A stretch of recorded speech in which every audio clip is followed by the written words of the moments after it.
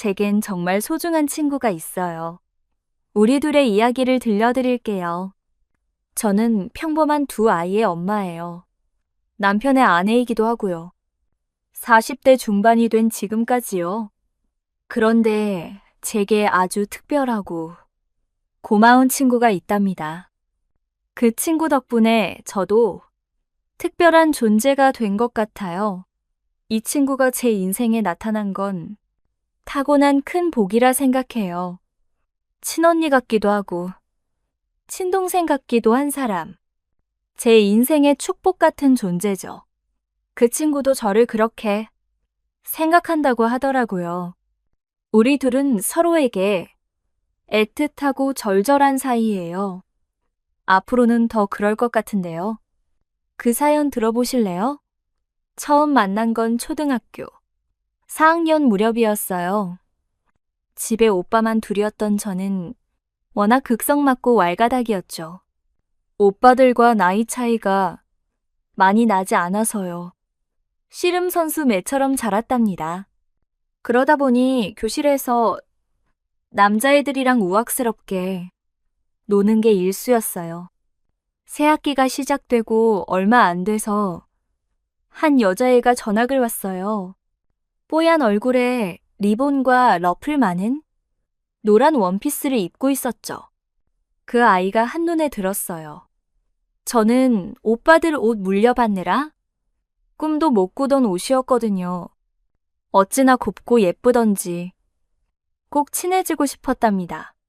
쉬는 시간에 다가가서 안녕, 난 효주야. 이 동네 모르는 거 있으면 다 물어봐도 돼.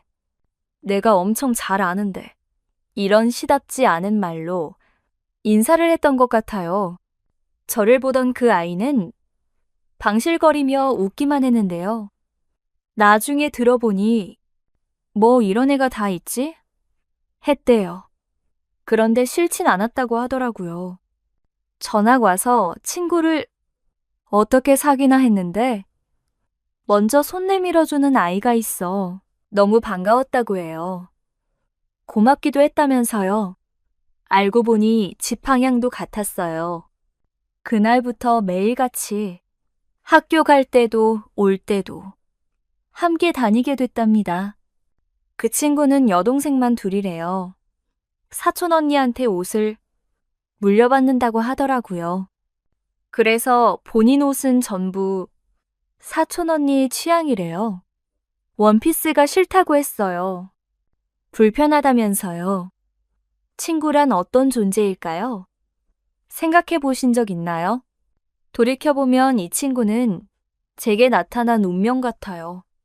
그러다 서로 바꿔서 옷을 입어보자고 아이디어를 내더라고요. 그래서 우리는 옷을 교환하여 입고 돌려주는 사이가 되기도 했습니다. 서로 체격이 비슷해. 옷이 딱 맞아 신기하면서도 꼭 친자매 같다며 서로 배신하지 말고 죽을 때까지 친구하자고 약속을 하기도 했었습니다. 정말 유난스럽게 붙어 다닌 것 같네요. 방과 후에도 만나 몰려다니고 방학 때는 서로의 집에 가서 자기도 하고 그랬습니다. 학년이 올라가 반이 바뀌었을 때는 다시는 못 볼 것처럼 울고불고 했었죠. 그래놓고 쉬는 시간마다 복도에서 수다를 떨고 편지까지 쓰며 서로를 그리워했습니다. 동네가 같다 보니 중학교도 같은 학교를 가게 되었어요. 서로 예민했던 시기라 별거 아닌 일로 처음 다쳤을 때는 세상이 끝나는 것 같았죠. 그러고는 이틀도 안 돼 서로 미안하다며 대성통곡하고 풀기도 했습니다. 주변에서도 다른 친구들이 유난스럽게 붙어 다닌다고 할 정도로 반짝이었습니다. 교환일기라고 해서 서로 번갈아가며 일기를 쓰기도 하면서 서로 비밀 하나 없는 시기를 보내기도 했습니다. 첫사랑이 누군지, 부모님과는 왜 싸웠는지까지 정말 모르는 게 없는 사이였죠. 그 친구와 함께라면 어느새 시간이 휙 지날 정도였으니까요.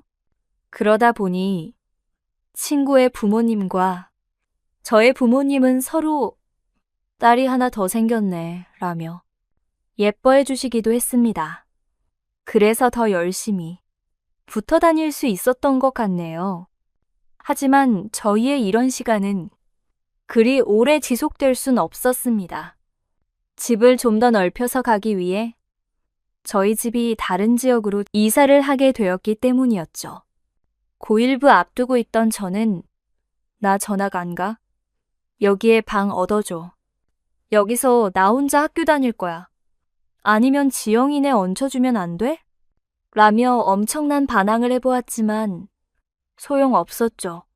이사 가기 전날 친구가 저희 집으로 와 함께 자고 이삿짐 차가 나가는 모습까지 함께 본 후 헤어지게 되었습니다. 지금 생각하면 별로 먼 거리도 아니었는데 그때는 꼭 다시는 못 볼 것처럼 그렇게 울면서 헤어졌습니다. 학군이 달라서 그렇지 일시간이면 올 수 있는 거리로 이사를 한 것이었거든요. 처음엔 매일 편지도 쓰고 답장을 기다리고 주말마다 만나고 했죠. 그러다 각자 고등학교에 들어가서는 삐삐가 생겨 무슨 일만 있으면 쪼르륵 연락을 하게 됐습니다. 방학 때는 3, 4일씩 서로의 집으로 가서 자기도 하고요. 꼭 대학은 같은 대학을 가자고 약속했는데 지키지 못했습니다. 저는 공부를 그냥저냥 했는데 친구는 잘했거든요. 그 친구를 따라잡기에는 실력차가 좀 나더군요. 그래서 그 친구는 어느새 서울 상위권 대학에, 저는 서울 안에 있는 대학에 입학하게 되었습니다. 그렇게 대학 입학을 계기로 저희는 한 집에 살게 되었습니다. 룸메이트가 된 거죠.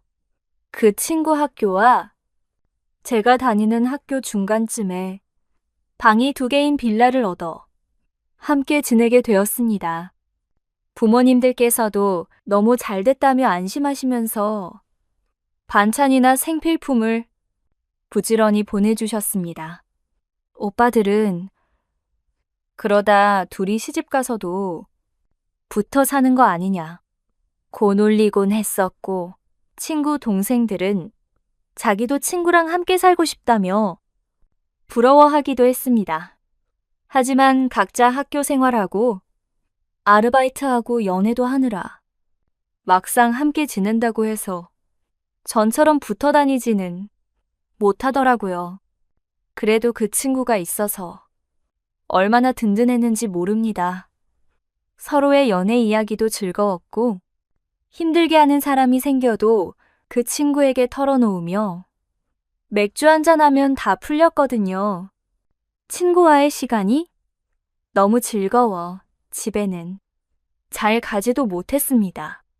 어느 날 새벽 전화벨이 울려 일어나 친구가 받아보니 저희 아버지가 쓰러졌다는 소식이었던 겁니다. 친구가 저를 서둘러 깨워 헐레벌떡 옷을 입고 택시를 타고 아버지께서 실려 가셨다는 저희 본가 지역의 병원으로 향했습니다. 도착해보니 아버지께서는 벌써 돌아가셨더군요. 며칠 전 통화할 때만 해도 집에 자주 안 온다고 잔소리 하시던 분께서 갑자기 심장마비로 돌아가신 겁니다.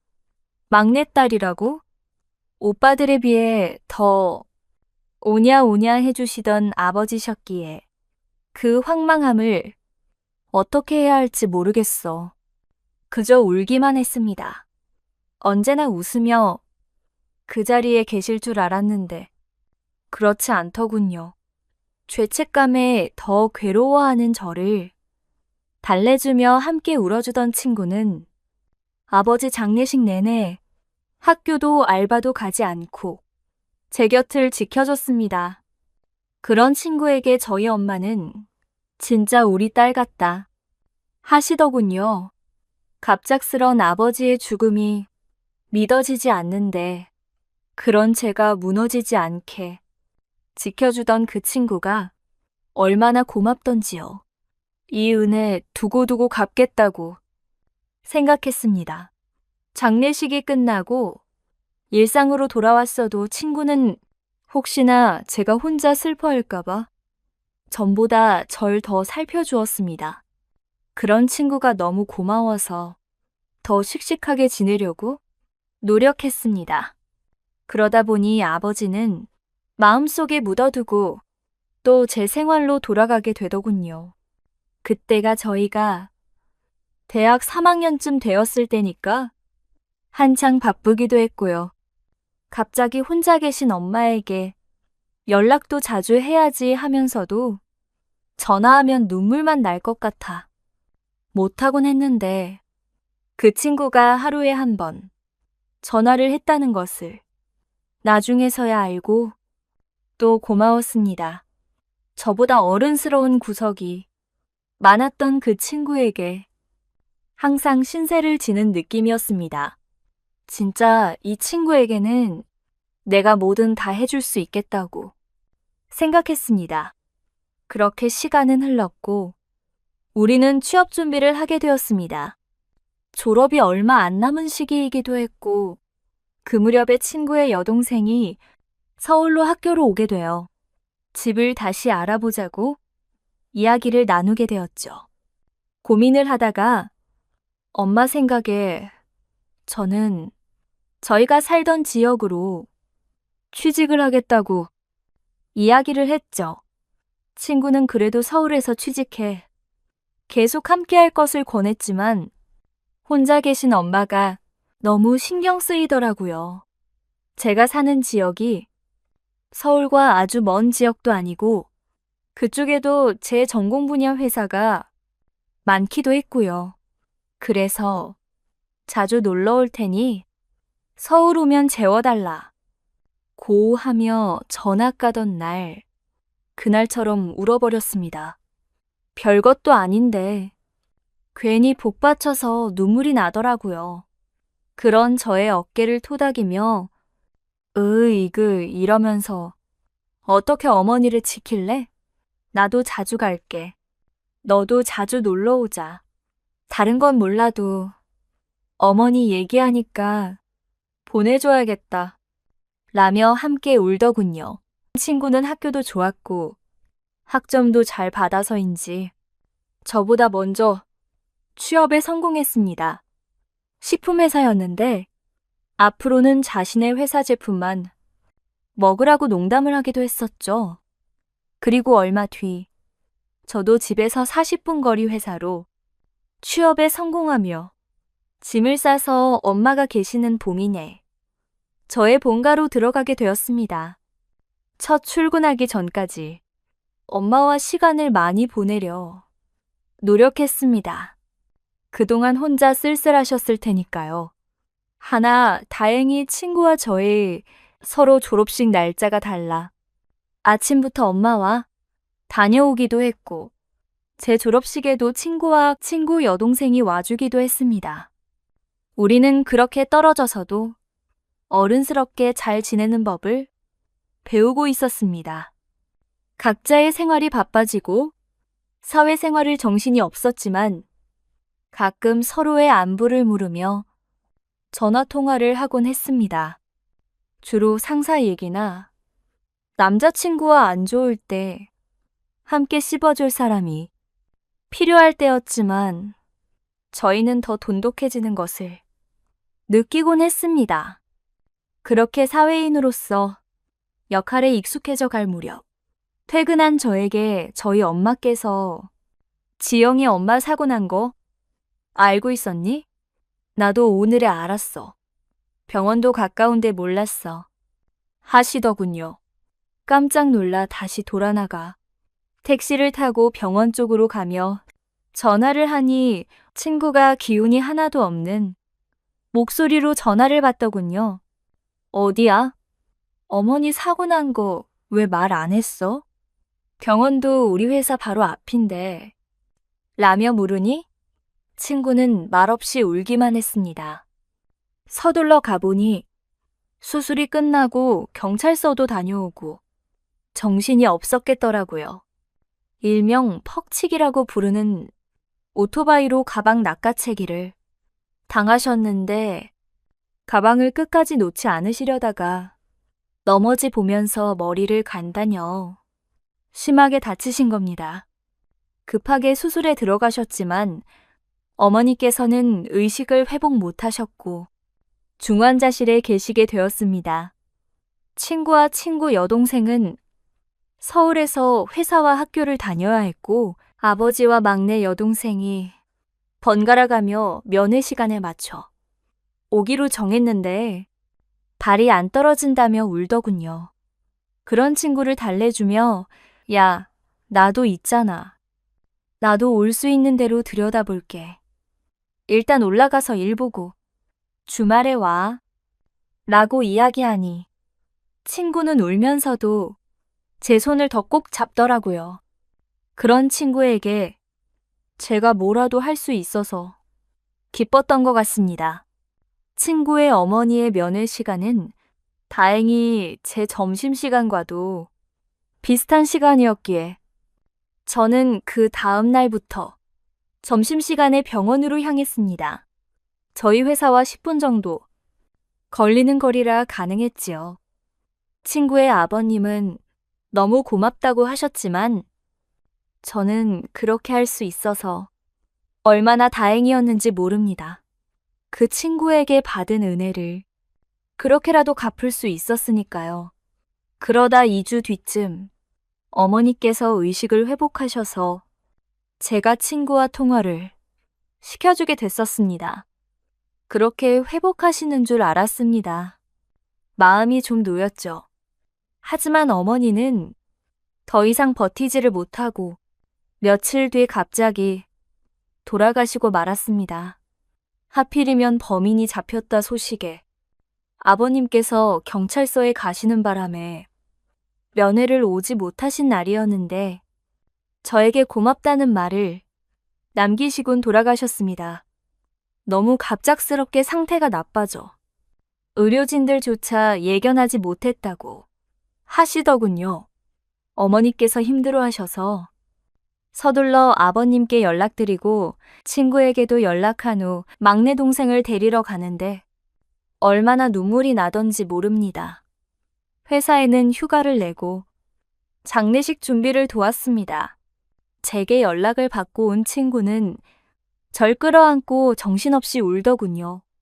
저 역시 갑자기 아버지를 잃어봤기 때문에 그 마음이 어떨지 짐작이가 더 마음이 아팠습니다.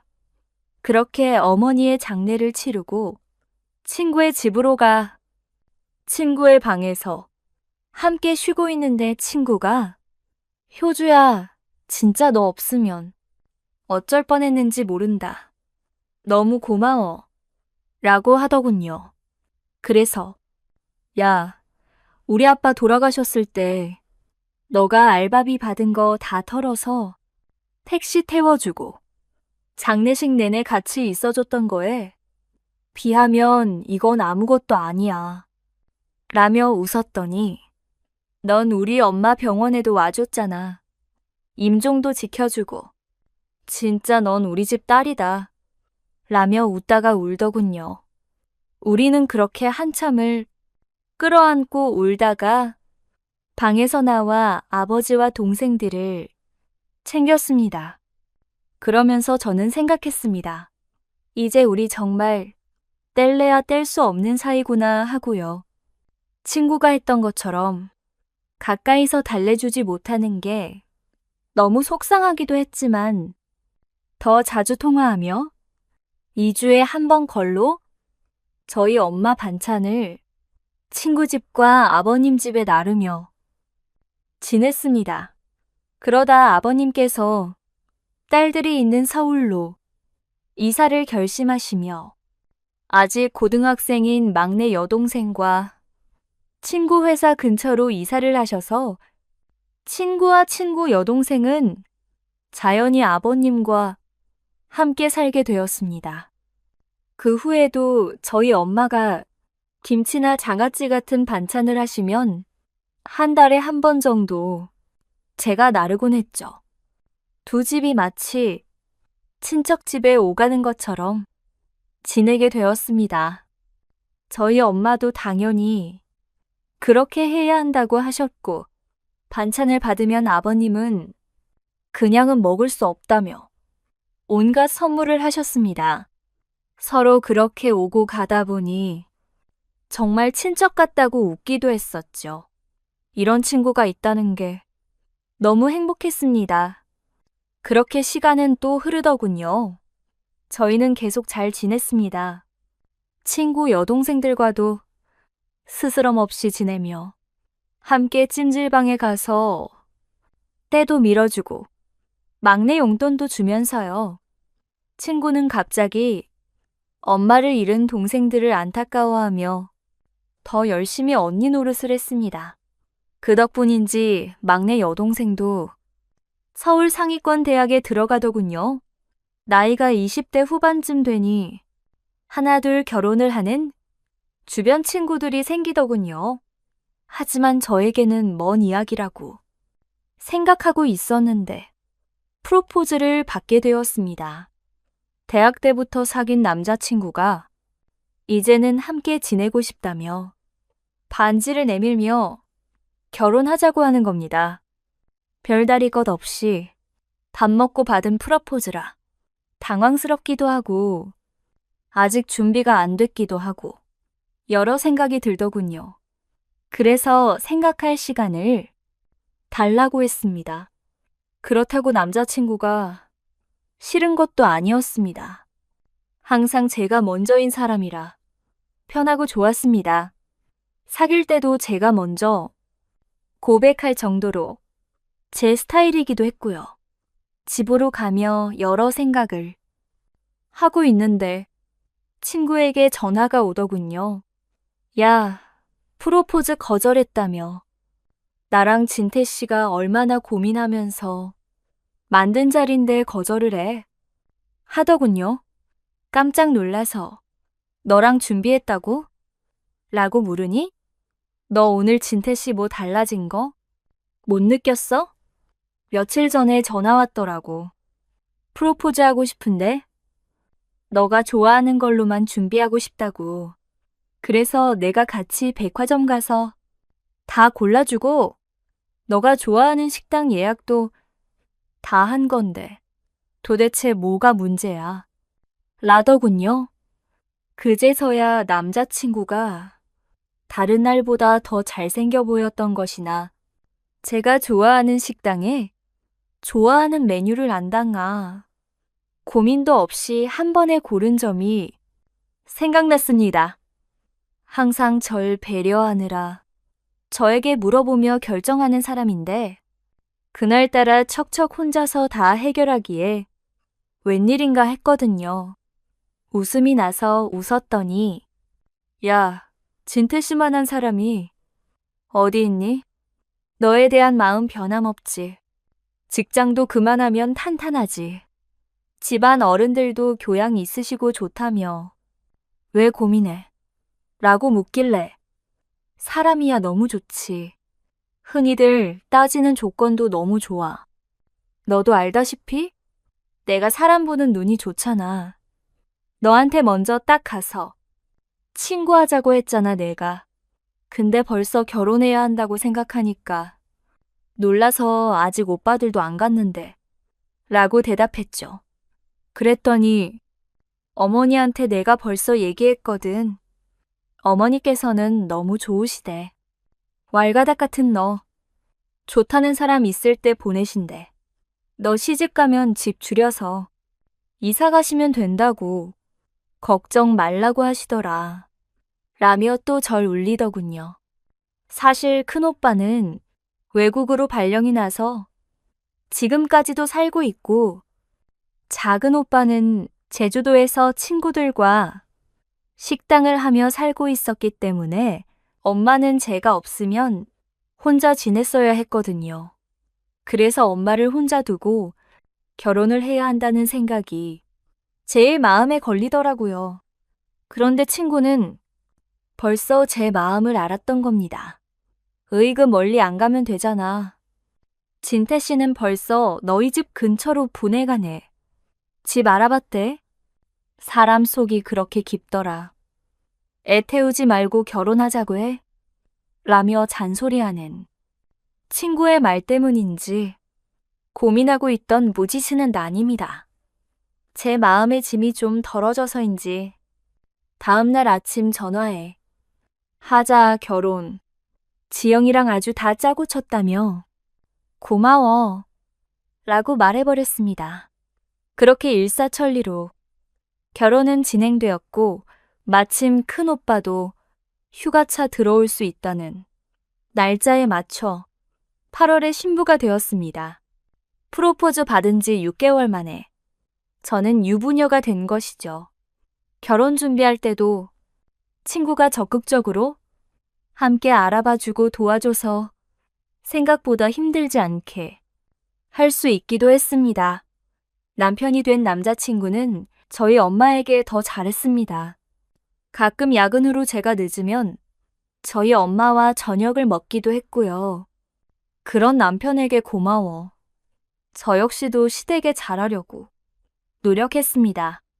시부모님들도 너무 좋으신 분들이고 너무 다정하셔서 진짜 결혼 잘했다는 소리가 절로 나왔습니다. 친구와는 여전히 잘 지냈습니다. 다만 전보다 더 자주 만나지는 못했습니다. 간혹 저의 신혼집으로 친구가 찾아와 남편과 함께 술을 곁들인 저녁을 먹기도 하고 저와 작은 방에서 자고 가기도 하지만 아무래도 아가씨 때와 같을 순 없더라고요. 저희 부부를 보며 자기도 연애하고 싶다고 습관처럼 말하던 친구는 하루는 남자를 소개받았다 하더군요. 회사 선배가 소개해줬는데 괜찮은 사람인 것 같다며 좋아했습니다. 얼마 뒤 그 소개받은 사람을 저희에게 소개하고 싶다고 하더군요. 그때 당시만 해도 친구 어머니 돌아가시고 한참 만에 하는 연애라 잘 돼서 연애라도 시작하길 굉장히 바랬거든요. 워낙 좋은 아이니 좋은 사람과 함께하길 바랬습니다. 만나보니 소개받은 남자분은 생각보다 더 좋은 분이었습니다. 저와 친구보다는 3살이 많고 저희 남편보다는 1살이 많아 저희 사이에서 큰형님으로 불리게 되셨는데 부드럽고 편하게 해주는 분이라 좋았습니다. 친구도 그런 점이 좋다며 잘 만나다 결혼할 것 같다는 말을 슬쩍 하더군요. 이제 나이도 있지만 무엇보다 안락한 느낌이 드는 사람이라 함께하고 싶다고 하면서요. 너무 잘 됐다며 축하하고 잘 되길 진심으로 바랐습니다. 그러더니 한두 달 뒤쯤 나 결혼할 것 같다 라며 이야기하더군요. 너 이모 됐어? 라는 말과 함께요. 급하게 서둘러 배가 부르기 전에 식을 올리기 위해 친구와 저는 정신이 없었습니다. 식장도 급하게 알아봐야 했고 혼수도 알아봐야 했으니까요. 다행히 남자분 조 부모님 집을 물려받아 리모델링까지 이미 해놓아 집은 준비가 됐더군요. 신혼여행은 친구가 입덧이 심해 생략하기로 하고 준비 3개월 만에 결혼식을 하고 친구도 유부녀가 되었습니다. 친구는 입덧을 참 심하게 했습니다. 그래서 회사도 그만두게 되었죠. 그런 친구가 우울할까 싶어 매일 통화하며 몸 상태를 체크하곤 했었는데 어느 순간 제 증상과 비슷한 겁니다. 친구는 제가 나무 열매를 받아 품 안에 꽁꽁 싸서 안고 가는 꿈 꿨다며 궁금해하더라고요. 혹시 몰라 테스트기를 사용해 확인해보니 2줄이 뜨더군요. 저도 임신이었던 겁니다. 원래도 생리가 좀 불규칙해서 몰랐는데 임신이었던 거죠. 저는 소위 말하는 먹덧이라 임신인 줄도 모르고 식욕이 든다면 엄청 먹었습니다. 병원에 가보니 10주가 되었다고 여태 모르셨냐며 놀라더군요. 아무튼 친구와 저는 비슷한 시기에 임신이 된 것도 너무 신기하다며 친구 입덧이 좀 잠잠해지면 아기용품 함께 준비하자고 약속도 하며 기쁨을 나누었습니다. 저희 어머니께서는 저와 친구 아기의 베넷 저고리를 직접 만들어 선물해 주셨고 친구 아버님은 유모차를 미리 사서 보내셨습니다. 너무 이르다면서도 저희는 깔깔 웃으며 좋아했습니다. 출산을 하고서도 서로 정보 교환하느라 연락을 자주 주고받았지만 만나지는 못했습니다. 아무래도 지역이 다르다 보니 만나기는 쉽지 않더군요.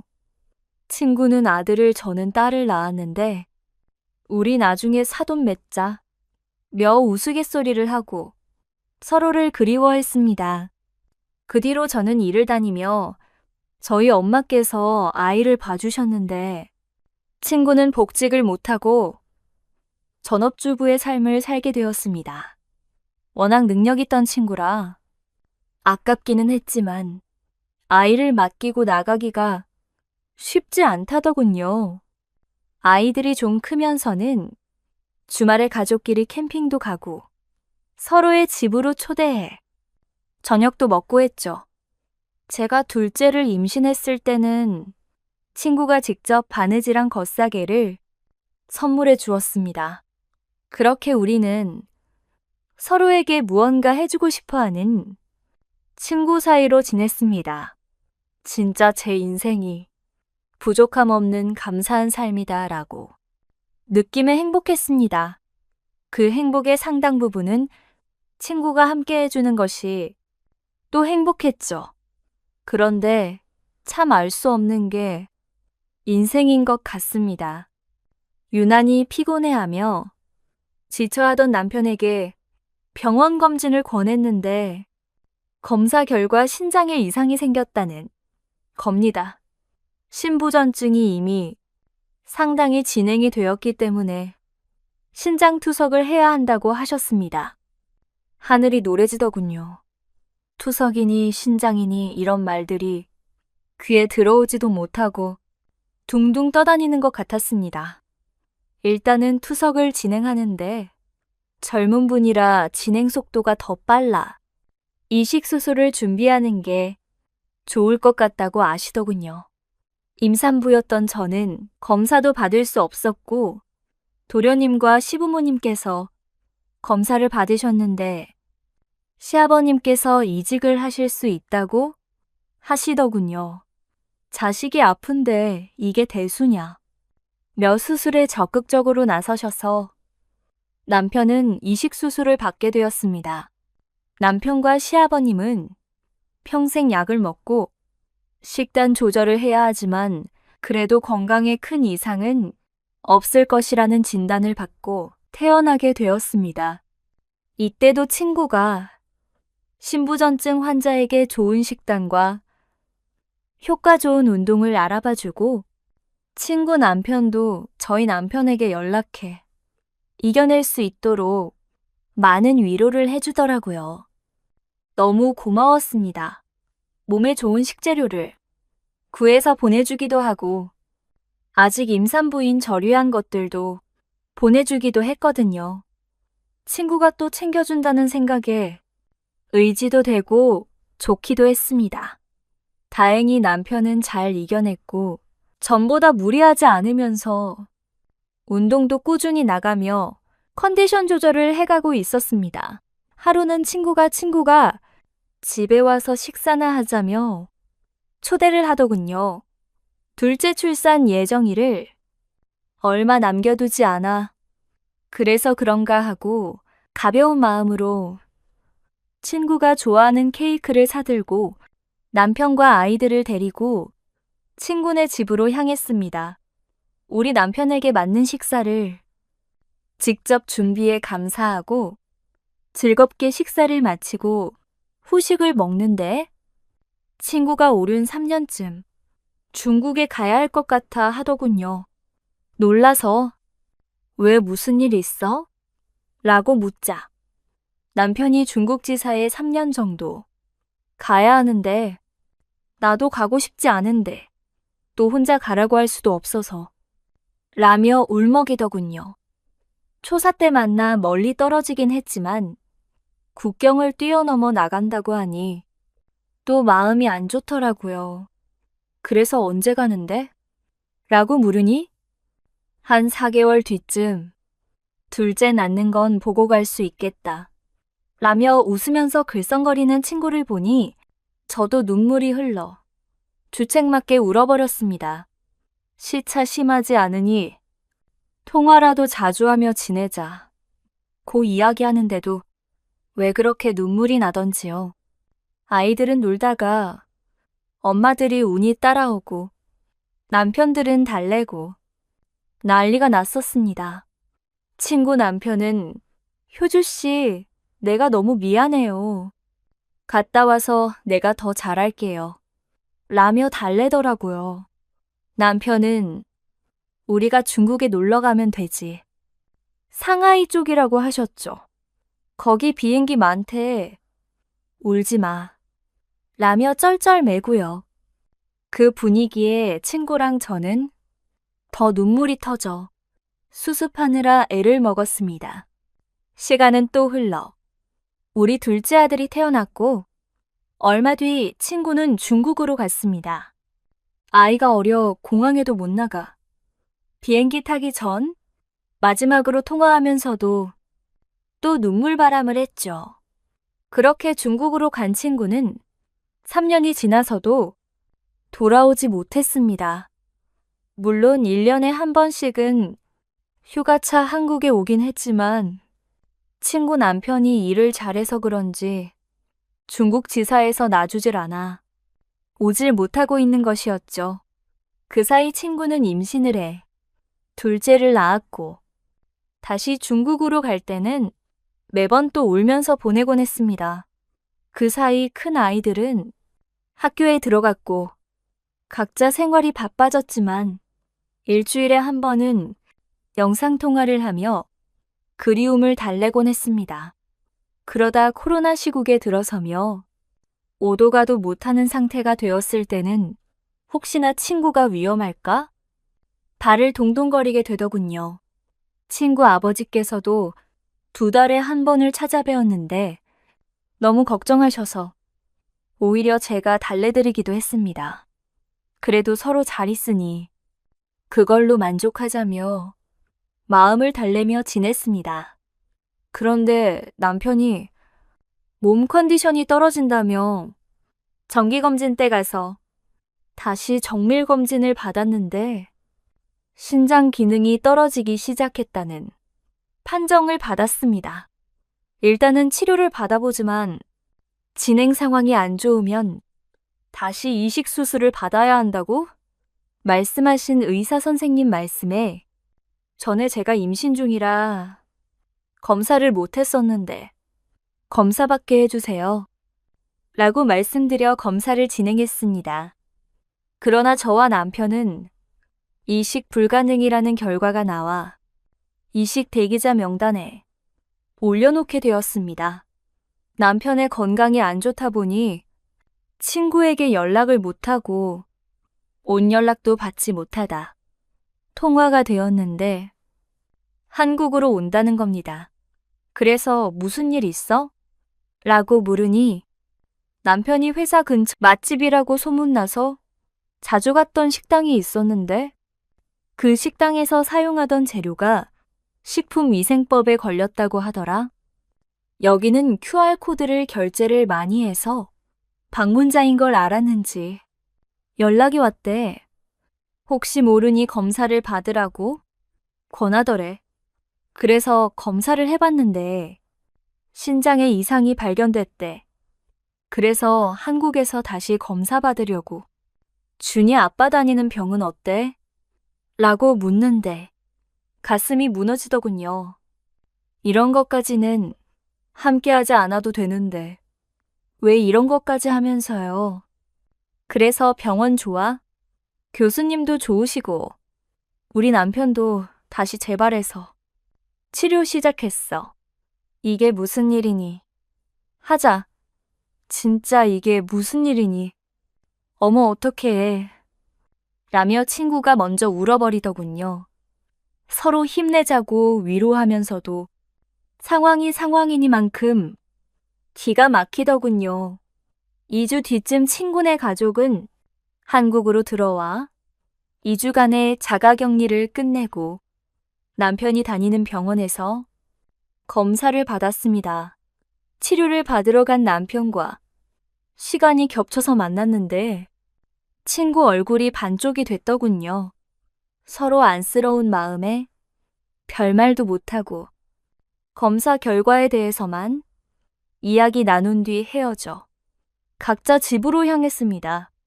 친구 신랑은 가족 아무와도 일치하지 않아 이식 대기자 명단에 올렸다고 하더라고요. 안타까운 마음이 컸지만 일단 사람은 살아야 하니 더 건강식을 챙기고 서로 정보도 교류하며 지냈습니다. 1년을 기다렸지만 코로나 시국이라 그런지 저희 남편이나 친구 남편 둘 다 이식의 기회는 오지 않았습니다. 마음은 급한데 이루어지지 않으니 속이 상하더군요. 그래서 친구에게 비영신장 구하기가 이렇게 힘드니 라고 투정하는 투정을 늘어놓는데 준이 아빠 B형이야. 야, 나 B형이잖아. 하더군요. 그렇다고 너 신장 떼달라고는 못하지. 라고 했죠. 효주야, 내가 지금 든 생각인데 혹시 모르니까 우리 서로 남편이랑 검사나 좀 해볼래. 맞으면 맞는 쪽이, 기증하면 되지. 하는 겁니다. 내 혈액형이 O형이라. 혈액형은 다 상관없는데 한번 검사라도 해볼까? 라며 대답하니? 그래, 왜 여태? 그 생각을 못했을까? 너 남편이랑 맞으면 주려고 했다며. 그럼 우리 검사해보자. 라며 병원 예약을 잡더군요. 그렇게 우리 두 쌍의 부부는 서로의 공여 희망자가 되어 검사를 받았습니다. 검사 결과는 놀랍게도 양쪽 다 서로에게 이식 가능하다고 나왔습니다. 의사 선생님도 놀라시더군요. 이런 케이스가 정말 드물다. 면서요. 저희는 단번에 수술 날짜를 같은 날로 잡았어요. 하늘이 내린 친구란 바로 우리가 아닐까 싶었죠. 수술 스케줄은 이렇게 됐어요. 친구랑 제 남편이 먼저 하고 그 다음 저랑 친구 남편이 수술을 받는 거였어요. 제 아이들은 우리 엄마가, 친구네 아이들은 친구 시부모님께서 돌봐주시기로 했답니다. 그렇게 수술대에 올랐죠. 눈을 떠보니 친구와 이늘 미단의 사람이 나란히 누워있더라고요. 남편들도 아마 그랬을 거예요. 웃으면 안 되는데 웃음이 나왔어요. 우리 남편과 친구 남편이 살았다는 생각에요. 친구랑 제 모습이 너무 기가 막히기도 했고요. 서로에게 목숨을 빚진 부부라니 소설 같다는 생각도 들었어요. 우리 이제 진짜로 피나눈 형제네요. 친구 남편이 농담처럼 말했던 것처럼요.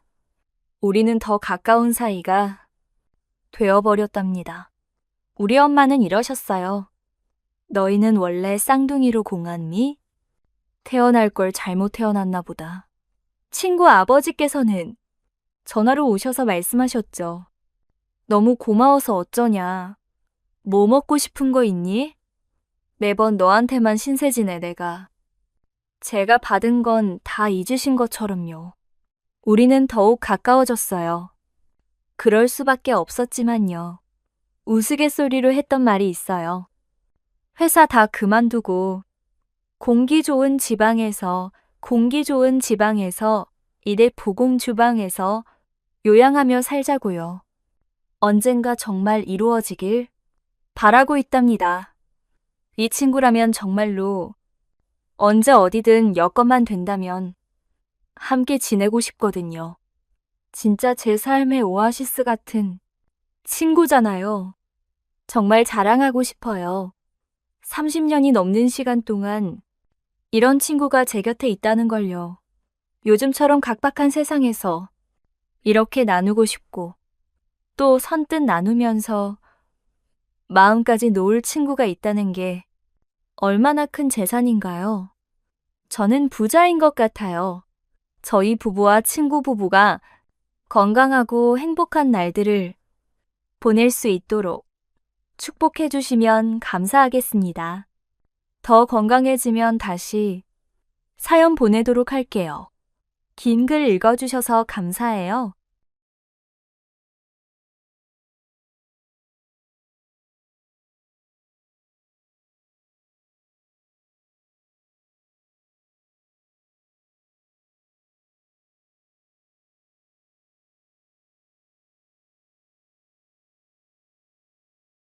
저희 집 이야기를 한번 들려드릴게요. 정말 말도 안 되는 일이 벌어졌거든요. 지금 생각해봐도 어떻게 그런 며느리와 몇 년을 같이 살았는지 모르겠어요. 제가 올해 65인데요. 30년 동안 한복점을 운영해왔어요. 어릴 때부터 어머니한테 바느질을 배워서 전통 한복 만드는 일이 제 자랑이었거든요. 매일 새벽 5시에 일어나서 차 한 잔 마시고 저녁 7시면 모든 일을 정리하는 게 제 생활이에요. 규칙적이고 단정한 삶을 살아왔죠. 우리 아들 민준이가 30이 넘도록 결혼을 안 해서 정말 걱정이 많았어요. 제 친구들은 다 손자, 손녀 보고 있는데 저만 혼자 그런 소리 못하고 있으니까 얼마나 답답했는지 몰라요. 민준아, 언제 장가 갈 거야? 엄마가 살아있을 때 며느리 얼굴 좀 보고 싶다 하면 엄마, 아직 만날 사람이 없어요. 하더라고요. 주변에서 선볼 사람을 소개해줘도 별로예요. 스타일이 아니에요. 하면서 다 거절하더라고요. 키가 작다. 얼굴이 마음에 안 든다. 직업이 별로다. 성격이 안 맞는다. 온갖 핑계를 다 대면서요. 저는 네가 그렇게 까다로우니까 30이 넘도록 혼자 있는 거야. 사람은 외모가 다가 아니라고 했는데 들은 척도 안 하더라고요. 동네 사람들이 순덕 씨 아들은 언제 결혼해? 이제 나이도 많이 먹었는데 하면 정말 창피해서 어쩔 줄 몰랐어요. 요즘 젊은이들이 다 늦게 결혼해요 하면서 둘러대긴 했지만 속으로는 정말 조급했거든요. 그런데 어느 날 갑자기 민준이가 엄마, 좋은 사람 만났어요. 결혼하고 싶어요 하는 거예요. 얼마나 기뻤는지 몰라요. 그동안 쌓였던 스트레스가 한 번에 다 풀리는 기분이었어요. 어디서 만났니? 어떤 애니? 나이는? 직업은? 언제 데려와서 보여줄 거야? 하면서 연신 물어봤죠. 아들이 친구 소개로 만났는데 정말 좋은 사람이에요. 다음 주말에 집에 데려올게요. 하더라고요. 그 일주일 동안 얼마나 설렜는지 몰라요. 집 청소도 다시 하고, 음식도 뭘 해줄까 고민하고, 옷도 새로 샀어요. 드디어 그 주말에 며느리를 처음 봤는데 첫인상이 참 좋았어요. 키도 적당하고 얼굴도 예쁘고 특히 예의가 바른 게 마음에 들었어요. 현관에서부터 어머님, 안녕하세요. 민준이 여자친구 지선이라고 해요 하면서 정중하게 인사하더라고요.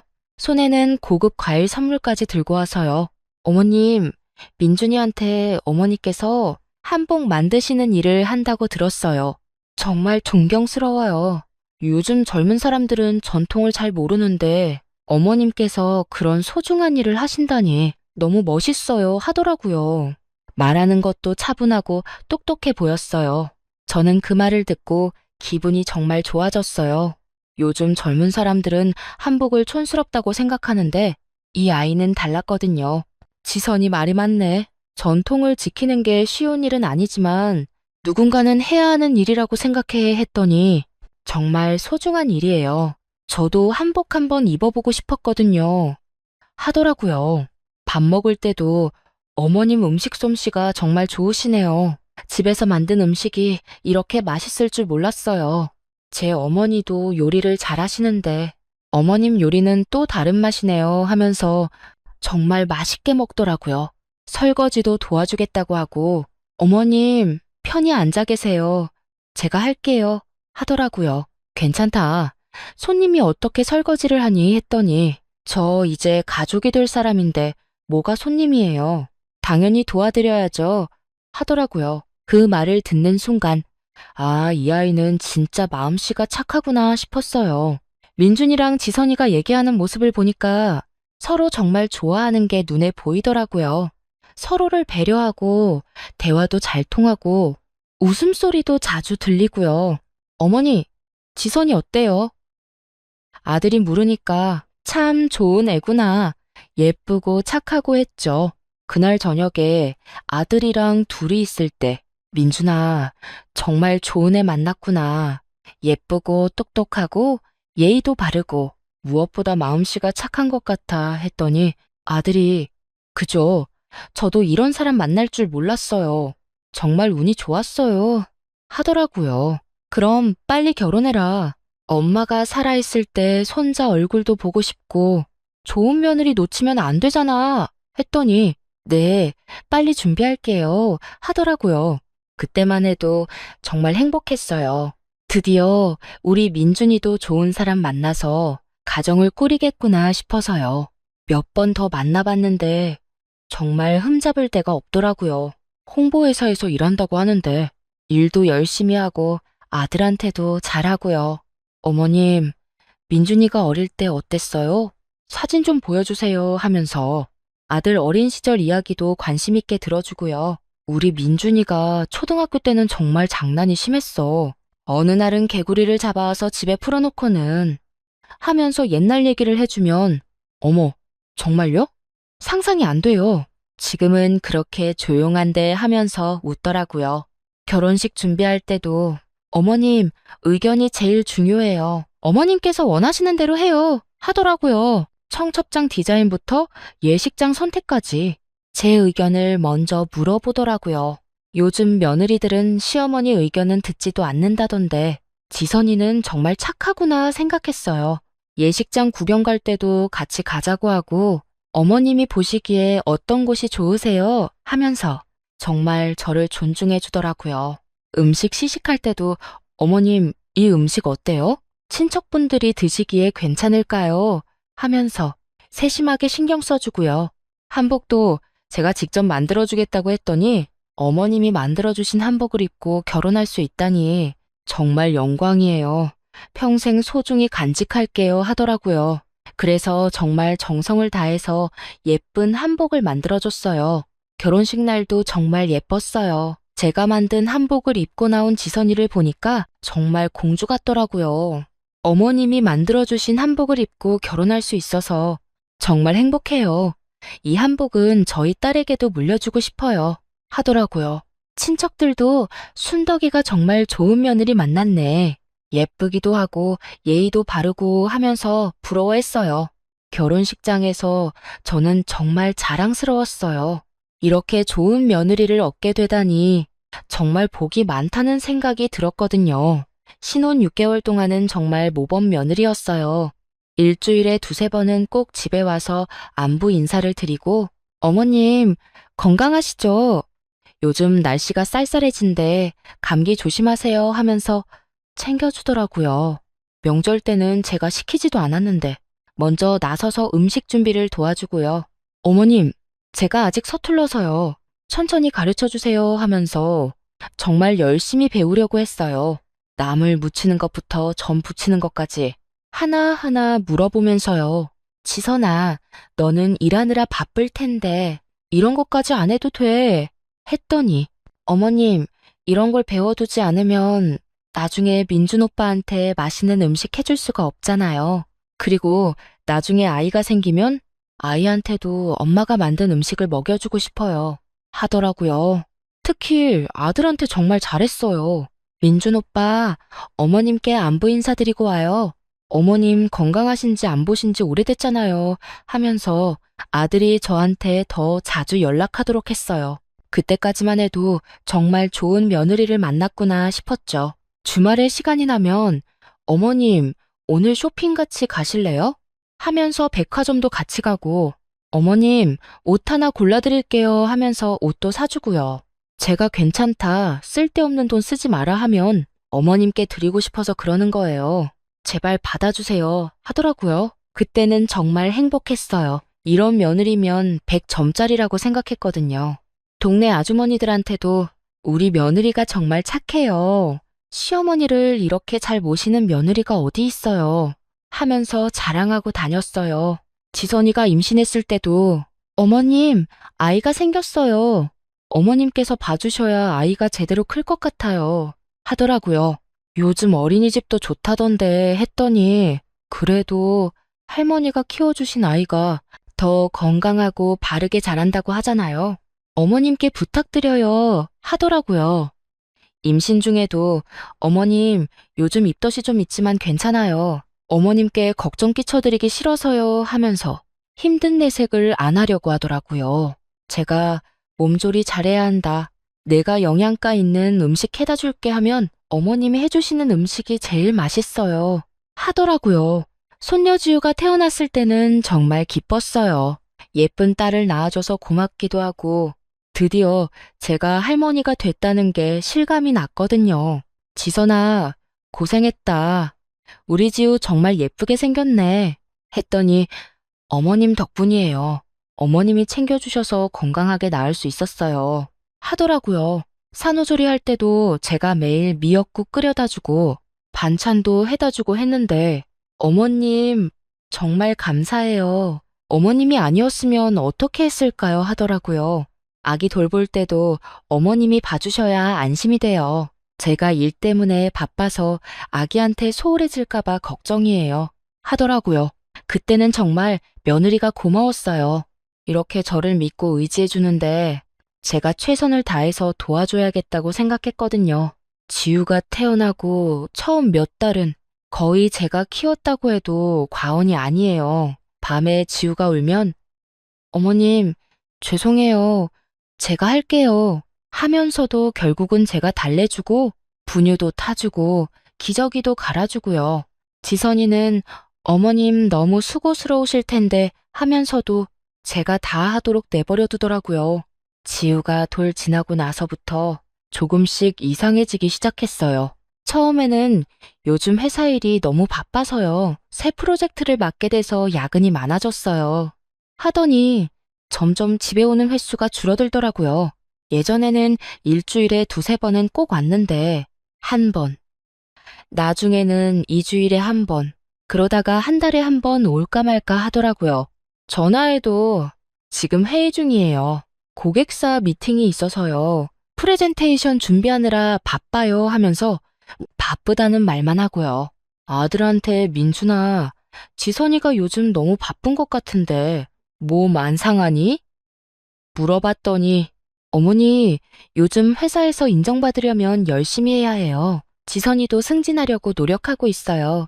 하더라고요. 그래도 그때까지만 해도 젊은 사람이니까 일이 바쁠 수도 있지 생각했어요.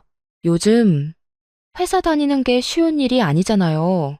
특히 여자가 출산하고 나서 직장 생활하는 건 정말 힘든 일이니까 이해하려고 했어요. 그런데 동네에서 이상한 소문들이 들리기 시작했어요. 김 아주머니가 순덕 씨 며느리가 요즘 밤늦게 강남 쪽에서 놀고 다닌다던데 하시는 거예요. 처음에는 설마요, 우리 며느리가 그럴 리 없어요. 일 때문에 바쁜 거예요 했는데요. 박 아주머니도 내 딸이 강남에서 일하는데 지선이 클럽에서 봤다고 하더라 하시더라고요. 그때도 회사 회식이었나 보죠. 요즘 회사들이 그런 데서 회식도 한다고 하던데요. 하면서 변명했어요. 하지만 점점 더 많은 사람들이 비슷한 얘기를 하니까 의심이 들기 시작했어요. 정말 우리 지선이가 그런 곳에 다닐까? 그렇게 착했던 아이가? 아니야, 그럴 리 없어. 사람들이 잘못 본 거야. 그런 생각을 하면서도 마음 한구석에는 불안감이 자리 잡고 있었어요.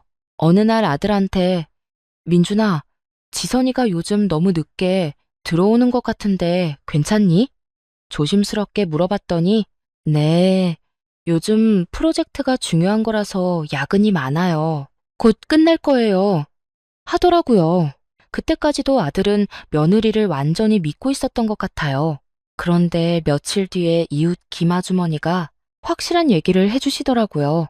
순덕아, 네 며느리 어젯밤에 클럽에서 나오는 걸 내가 직접 봤어.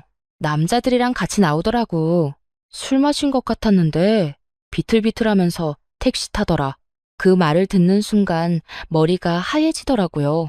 아, 정말이었구나. 사람들이 하는 말이 사실이었구나. 우리 지선이가 정말 클럽에 다니고 있었구나. 그동안 제가 얼마나 바보였는지 깨달았어요. 집에 돌아와서 한참을 생각했어요. 어떻게 해야 할까? 아들한테 말해야 할까? 아니면 며느리한테 직접 물어봐야 할까? 정말 고민이 많았어요.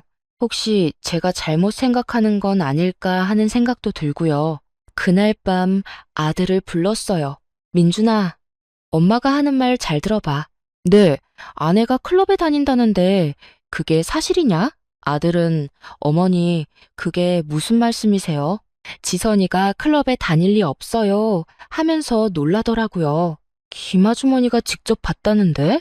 남자들이랑 같이 나오는 걸 봤다고 하던데? 제가 다시 물으니까 아들이 어머니, 그건 오해일 거예요. 지선이는 그런 사람이 아니에요. 하더라고요. 마침 현관문이 열리는 소리가 났어요. 시계를 보니까 새벽 1시 반이었어요. 거실로 나온 며느리를 보니까 화장이 번지고 머리도 흐트러져 있고 술 냄새가 확실히 나더라고요. 지선아, 어디 갔다 오니? 이렇게 늦게? 제가 물으니까 지선이가 잠깐 당황하는 기색을 보이더라고요. 회사 회식이 있었어요 하는 말이 좀 어눌했어요. 회식이 새벽까지 하니?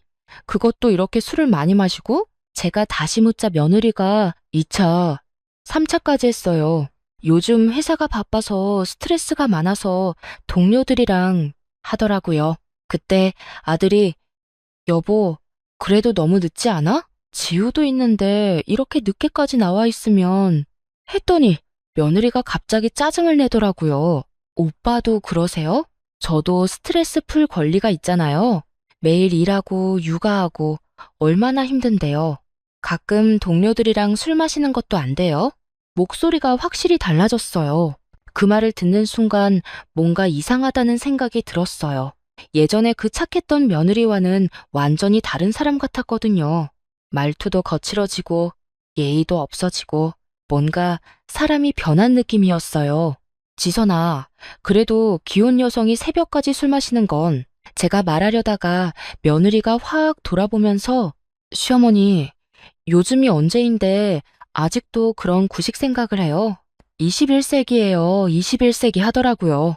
아들도 당황한 기색이었어요. 여보, 그래도 어머니께 그렇게 말하면 했더니 며느리가 오빠는 맨날 어머니 편만 들어요. 제 입장은 생각해봐요. 하면서 방으로 들어가 버리더라고요. 그날 밤 잠을 못 잤어요. 정말 우리 며느리가 저런 사람이었나? 6개월 동안 보여준 모습들이 다 가짜였나? 아니면 제가 너무 보수적인 건가? 온갖 생각이 머릿속을 맴돌았어요. 며칠 뒤에 또 다른 소문이 들렸어요. 이번에는 더 구체적이었어요. 며느리가 클럽에서 남자들과 술을 마시고 심지어 같이 춤까지 췄다는 거예요. 그것도 한두 번이 아니라 거의 매주 간다는 얘기였어요. 박아주머니가 순덕아, 네 며느리 이제 클럽 단골인 것 같더라. 내 아는 사람이 그 클럽에서 일하는데 지선이 얘기하더라고. 거의 매주 온다고. 그것도 항상 남자들이랑 같이 하시더라고요. 정말 충격이었어요. 매주? 거의 매주 클럽에 간다고? 그럼 그동안 회사 야근이라고 한 게 다 거짓말이었다는 건가요? 제가 지우를 돌봐주고 있을 때 며느리는 클럽에서 놀고 있었다는 거예요? 집에 와서 며느리한테 직접 물어봤어요. 지선아, 네가 클럽에 다닌다는데 그게 사실이냐? 그것도 매주? 그랬더니 며느리가 아무렇지 않게 네, 가끔 가요. 뭐가 문제예요? 하더라고요.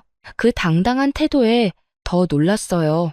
미안해하거나 변명하는 것도 아니고 오히려 뭐가 문제냐는 식으로 나오는 거예요. 뭐가 문제냐고? 너 결혼한 여자가 밤늦게 남자들이랑 클럽에서 노는 게 맞다고 생각하니? 제가 화가 나서 소리쳤더니 며느리는 시어머니 생각이 너무 보수적이에요. 요즘은 다 이렇게 살아요 하더라고요. 보수적이라고? 그럼 네 생각에는 기혼 여성이 클럽에서 남자들이랑 노는 게 정상이라는 거야? 제가 다시 물으니까 친구들이랑 스트레스 풀러 가는 건데 왜 간섭해요? 저도 제 인생이 있어요. 하더라고요. 친구들이라고? 남자친구들 말이지? 제가 물으니까 남자든 여자든 친구는 친구예요. 시어머니는 왜 그렇게 생각이 좁으세요? 하더라고요. 정말 기가 막혔어요. 그때 아들이 회사에서 들어왔어요. 분위기가 이상한 걸 눈치챘는지 무슨 일이에요? 하고 물어보더라고요. 아들한테 민준아, 네 아내가 매주 클럽에 간다는데 그거 알고 있었니? 했어요. 아들이 깜짝 놀라면서 여보, 그게 사실이야?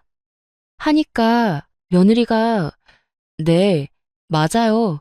친구들이랑 가끔 가는 거예요. 하더라고요. 가끔이 아니라 매주라던데? 그럼 그동안 야근한다고 한 건 다 거짓말이었어? 아들이 물으니까 며느리가 잠깐 머뭇거리더니 야근도 하고 친구들이랑 만나기도 하고 그래요. 하더라고요. 여보, 그래도 아이 엄마가 그러면 안 되지 않아? 아들이 말하니까 며느리가 오빠까지 그러시면 정말 답답해요. 저를 집에만 묶어두려고 해요? 저도 사회생활 하는 사람이에요 하면서 화를 내더라고요. 사회생활이랑 클럽에서 노는 건 다르잖아. 아들이 말하니까 요즘 젊은 사람들은 다 그렇게 해요. 오빠도 회사 사람들이랑 술 마시잖아요. 하더라고요. 그건 회사 일이고 나는 새벽까지. 클럽에서 놀지는 않아. 아들이 말하니까 며느리가 남자는 되고 여자는 안 된다는 거예요? 그게 성차별 아니에요? 하더라고요. 집안 체면이라는 게 있잖아. 이웃들이 뭐라고 하겠어? 제가 말하니까 남 시선 신경 쓰며 사는 게 답답해요. 저는 제가 하고 싶은 대로 살 거예요. 하더라고요. 그날부터 집안 분위기가 정말 나빠졌어요. 며느리는 여전히 클럽을 다니고, 저는 그걸 말리고, 아들은 중간에서 어쩔 줄 몰라 하고요. 며느리와 마주치면 서로 인사도 제대로 안 하고, 말도 최소한으로만 하고요. 지우도 그 분위기를 느꼈는지 자꾸 저한테만 와서 할머니, 엄마가 왜 화나 있어요? 하고 물어보더라고요. 어린 아이에게 뭐라고 설명해야 할지 몰라서 엄마가 요즘 일 때문에 좀 힘들어해 하고 둘러댔어요. 그해 추석이 다가왔을 때 두 번째 큰 충돌이 일어났어요. 추석 일주일 전에 며느리한테 전화했어요. 지선아, 올해는 우리 집에서 추석을 보내니까 같이 음식 준비하자. 언제 시간 되니 했거든요. 며느리가 어머님, 요즘 안녕하세요. 제주도에서 펜션을 운영하며 살다가 남편과 시모에게 통쾌한 복수를 한 한미소라고 합니다. 제가 오늘 들려드릴 이야기는 정말 기가 막혀요. 2년간 저를 완전히 속이고 이용하려던 남편과 시모의 치밀한 계획, 그리고 제가 어떻게 그들을 완벽하게 응징했는지 생각만 해도 속이 시원해요. 우선 제 이야기부터 해드릴게요. 전 어릴 때 부모님을 잃고 할머니 손에 자랐어요. 부모님이 교통사고로 돌아가신 후 할머니와 함께 바다뜰 펜션을 운영해왔거든요. 할머니는 늘 제게 미소야, 바다처럼 넓은 마음으로 살되 파도처럼 강해져야 한단다 라고 하셨죠. 할머니도 5년 전에 돌아가셔서 지금은 혼자 펜션을 키우고 있답니다. 처음엔 정말 힘들었어요. 손님도 별로 없고 적자만 나고. 한 번은 손님이 여기가 펜션이야, 창고야? 라고 물어볼 정도로 썰렁했죠. 그런데 제가 요리도 잘하고 손님 응대도 잘한다고 입소문이 나면서 점점 유명해졌어요. 특히 제 시그니처 메뉴인 미소 전복죽은 손님들이 이거 먹으러 서울에서도 온다고 할 정도예요. 지금은 제주도에서 알아주는 힐링 펜션이 됐죠. 그렇게 혼자 열심히 살고 있던 3년 전 운명이라고 생각했던 남자를 만났어요. 지금 생각하면 악몽이었지만요. 남편은 서울에서 IT 컨설팅 사업을 한다면서 스트레스 해소차 펜션에 왔다고 했어요. 첫인상부터 정말 매력적이었거든요. 키도 185cm나 되고 목소리도 꿀 바른 듯하고 무엇보다 명품 시계를 차고 있어서 진짜 사업가구나 싶었죠. 여기 정말 좋네요. 도시에서만 살던 제가 이런 자연스러운 곳에서 이렇게 순수한 분을 만나니 마치 영화 속 한 장면 같아요. 하하, 무슨 영화요? 나 홀로 집에 제주도 버전? 아니에요. 로맨틱 홀리데이 같은 거요. 사장님이 주인공이고요. 그때 제가 얼마나 순진했는지 몰라요.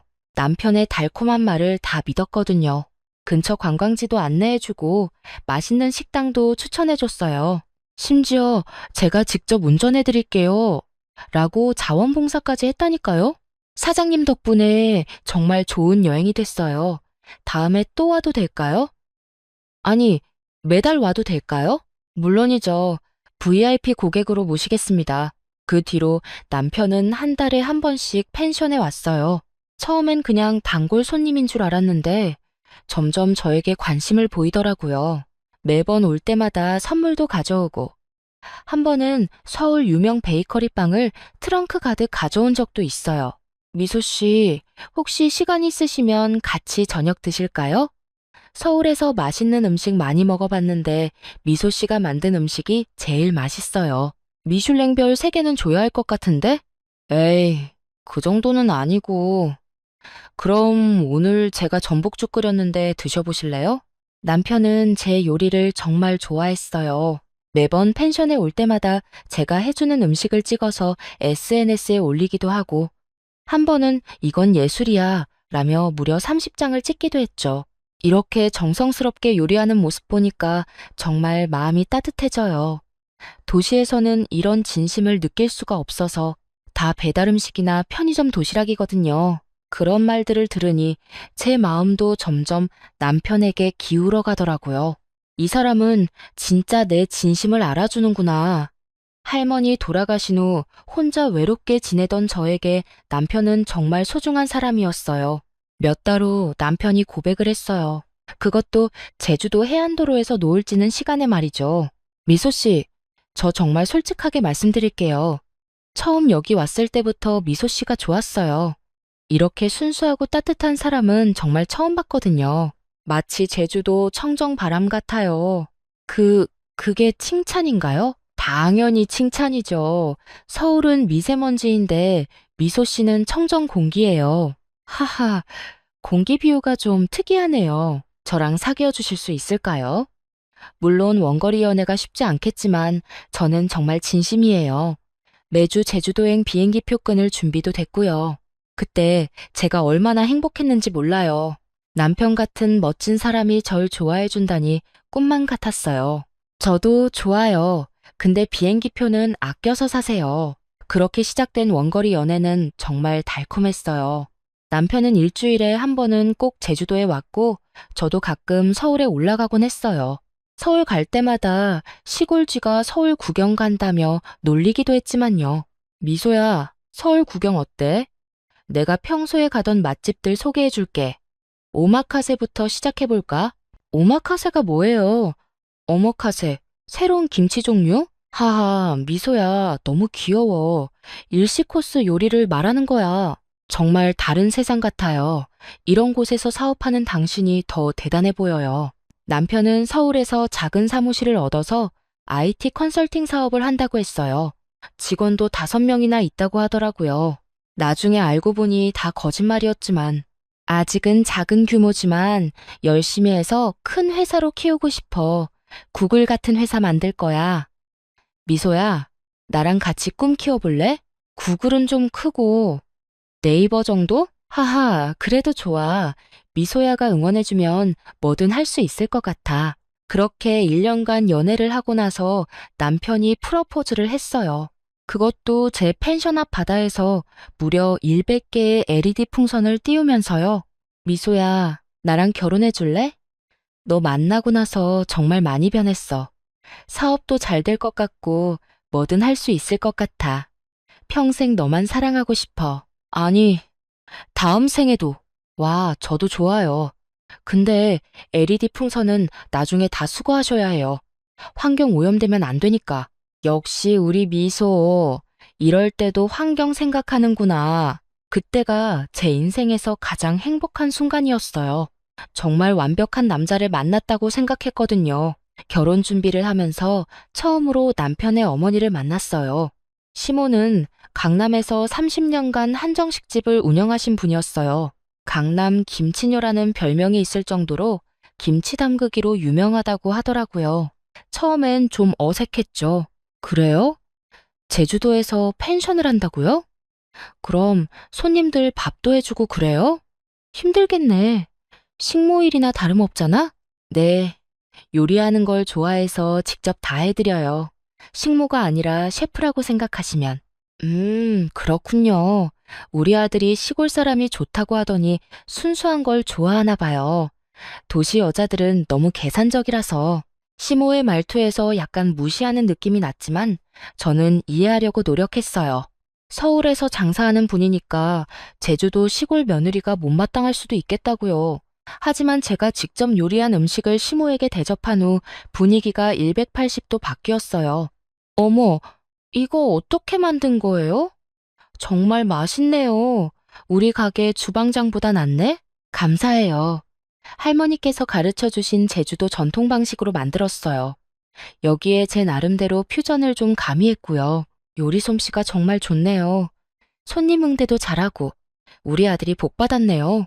며느리 복이 터졌어. 그때부터 시모는 저를 아껴주기 시작했어요. 아니, 아껴주는 척을 했다고 해야 맞겠네요. 우리 며느리가 제주도 청정 지역에서 자라서 그런지 순수하고 착해요. 요리 솜씨도 우리 집 며느리감이에요. 친구들한테 자랑할 거리가 생겼네. 부족하지만 잘 부탁드려요. 시모가 인정해주니까 정말 기분이 좋았어요. 진짜 가족이 되는구나라며 더욱 잘해야겠다고 다짐했죠. 그렇게 결혼을 했어요. 결혼식도 서울 63 빌딩에서 크게 치렀는데 남편이 내 신부는 최고니까 최고의 결혼식을 해야 한다며 무려 500명을 초대했어요. 나중에 알고 보니 다 외상이었지만 신혼여행도 유럽으로 갔어요. 파리, 로마, 바르셀로나. 남편이 내 신부에게 최고를 해주고 싶다며 비싼 여행 패키지를 예약해줬거든요. 미소야, 행복해? 당연히 행복해요. 에펠탑보다 당신이 더 멋있어요. 정말? 그럼 나를 인간 에펠탑이라고 불러줘. 푸아하, 그건 좀. 신혼 첫 해는 정말 꿈만 같았어요. 남편은 주말마다 제주도에 내려왔고 펜션 일도 열심히 도와줬어요. 청소도 하고 손님 체크인도 도와주고 손님들이 미소 요리를 정말 좋아하네. 이거 SNS에 올려서 홍보해볼까? 해시태그 100만 개 달아서 100만 개는 좀 많고 10개 정도?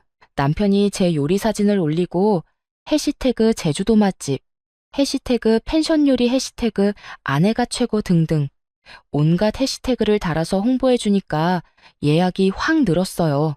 매출도 전년도보다 2배나 늘었죠. 미소야, 우리 펜션 정말 잘 되고 있다. 나도 서울 사업이 잘 돼서 앞으로 더 도와줄 수 있을 것 같아. 조만간 테슬라도 한 대 사자. 테슬라는 무슨? 경차로도 충분해요. 시모도 가끔 제주도에 내려오셨어요. 올 때마다 강남 친구들 자랑거리가 생겼다며 좋아하시더라고요. 우리 며느리 덕분에 아들이 안정됐어요. 정말 고마워요. 강남 친구들이 다들 부러워해요. 시어머니가 더 고마우시죠. 좋은 아들 키워주셔서요. 그때만 해도 시모를 정말 좋은 분이라고 생각했어요. 제가 얼마나 순진했는지. 양 한 마리가 늑대 소굴에 들어간 격이었죠. 결혼 2년차 봄까지만 해도 모든 게 완벽했어요. 펜션은 잘 되고 남편과 사이도 좋고 시모와도 원만했어요. 미소야, 나 요즘 서울 일이 정말 바빠. 큰 프로젝트를 맡게 됐거든. 삼성이랑 일하게 됐어. 조금만 참아줘. 성공하면 더 자주 내려올 수 있을 거야. 삼성이요? 대단한데요. 열심히 하세요. 저도 펜션 일 바쁘니까 서로 열심히 해봐요. 하지만 그때부터 이상한 일들이 하나둘씩 일어나기 시작했어요. 처음엔 정말 사소한 일이었어요. 한 커플 손님이 컴플레인을 했거든요. 사장님, 방에서 이상한 냄새가 나요. 생선 썩은 냄새 같은데. 네?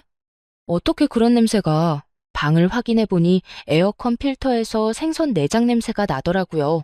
필터를 열어보니까 정말 생선 내장이 들어있었어요. 그것도 며칠은 된 것 같은. 이상하네요. 청소할 때 실수였나 봐요.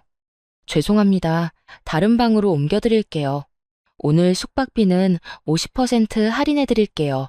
그때는 정말 실수라고 생각했어요. 청소하는 직원이 실수한 줄 알았거든요. 며칠 후에 또 다른 손님이 컴플레인을 했어요.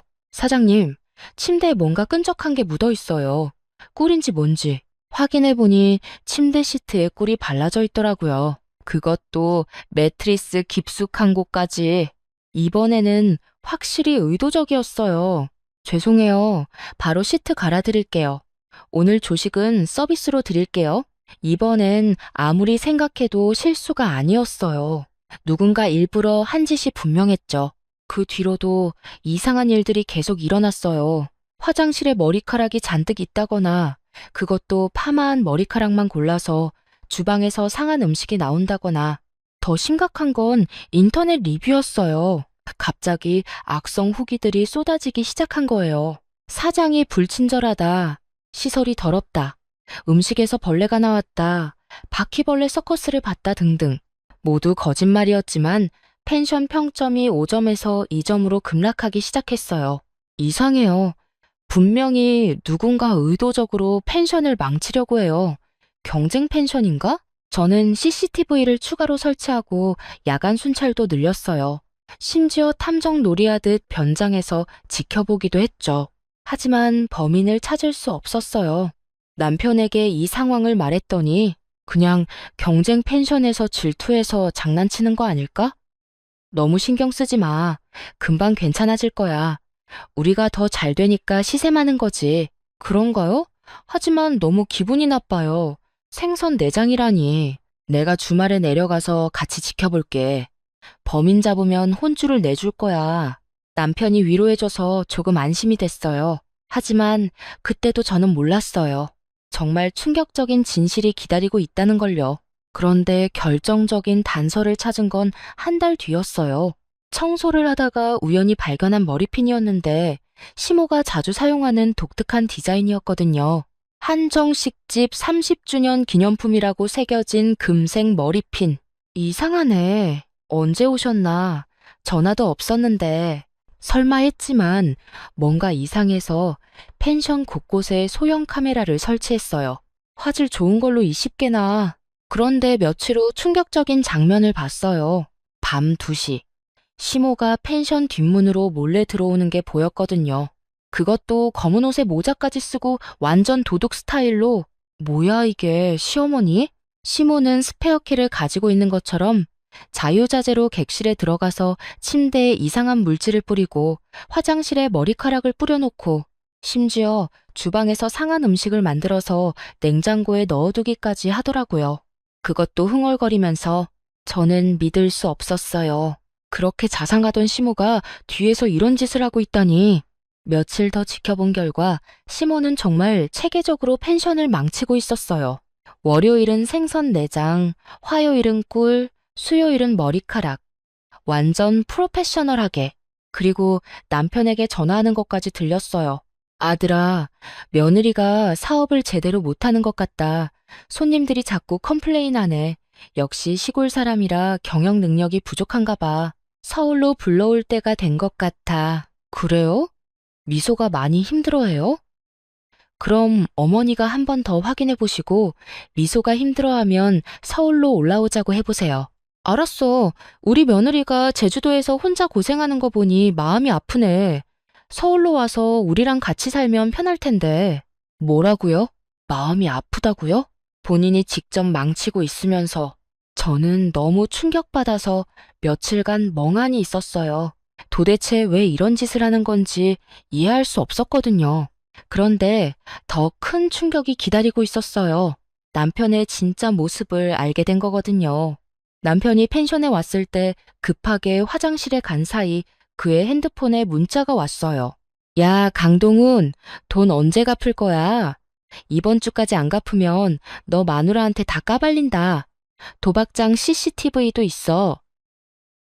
성민, 저는 가슴이 쿵 내려앉았어요. 남편에게 무슨 빚이 있다는 뜻인가요? 도박장이라니?